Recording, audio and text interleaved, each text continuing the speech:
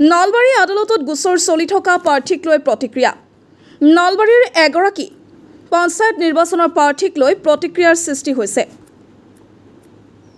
নলবাৰী টিহু বিধানসভা সমষ্টিৰ অন্তৰ্গত প্ৰাৰ্থীগৰাকীক লৈ সৰ্বত্ৰে প্ৰতিক্ৰিয়াৰ সৃষ্টি হৈছে। পঞ্চায়ত নিৰ্বাচনত অৱতীৰ্ণ হ'বলৈ ওলোৱা প্ৰাৰ্থীগৰাকীৰ বিৰুদ্ধে বিভিন্ন অভিযোগ উত্থাপিত কৰিছে স্থানীয় একাংশ ভোটাৰে।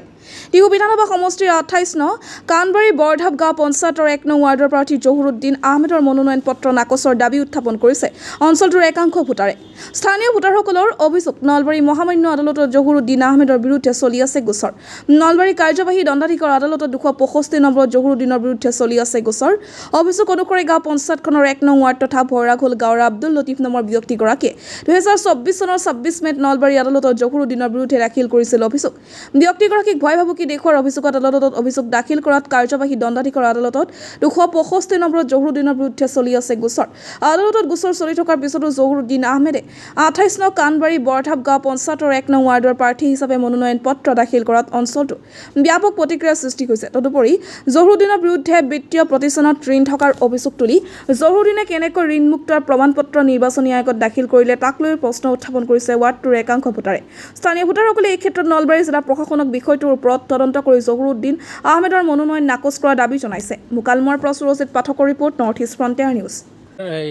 কানবাৰীৰ পঞ্চায়তৰ 1 নম্বৰ অৰ্ডাৰত কেছ থাকাতে আমাৰ কোৰ্টত কেছ চলি আছে। আপোনাৰ কেছ থাকাতে সি কেনেকৈ আপোনাৰ নমিনেশ্যনটো দিলে, তাৰপিছত আপোনাৰ লোন চলি আছে, তাৰ আপোনাৰ 17-18 লাখ টকা আমি গম পাওঁ। এই লোন থাকাতে আপোনাৰ কেনেকৈ আপোনাৰ বস্তুটো এনে পৰিস্থিতি আমি হৈছে পাইছেহি পাওঁতে আমি কেনেকৈ বস্তুটো আমি সেইকাৰণে আপোনালোকে জানো কথাটো। এই কেছ থাকাতে বস্তুটো যে আপোনাৰ নমিনেশ্যন কেনেকৈ পালাগ এইখিনি কথা আমাৰ কানবাৰী গাঁও পঞ্চায়তৰ 1 নম্বৰ ৱাৰ্ডৰ মহম্মদ জহুৰুদ্দিন আলীয়ে কোৰ্টত কেছ চলি থকা অৱস্থাত আপোনাৰ নমিনেশ্যন দিছে। এই নমিনেশ্যনটো আমাৰ অতি শীঘ্ৰে খাৰিজ কৰিব লাগে, ইয়াৰ বাবে আমি আবেদন কৰিছোঁ। আমাৰ কানবাৰী গাঁও পঞ্চায়তৰ 1 নম্বৰ ৱাৰ্ডৰ মহম্মদ জহুৰুদ্দিন আলীয়ে কোৰ্টত কেছ চলি থকা অৱস্থাত আপোনাৰ নমিনেশ্যন দিছে। এই নমিনেশ্যনটো আমাৰ অতি শীঘ্ৰে খাৰিজ কৰিব লাগে, ইয়াৰ বাবে আমি আবেদন কৰিছোঁ।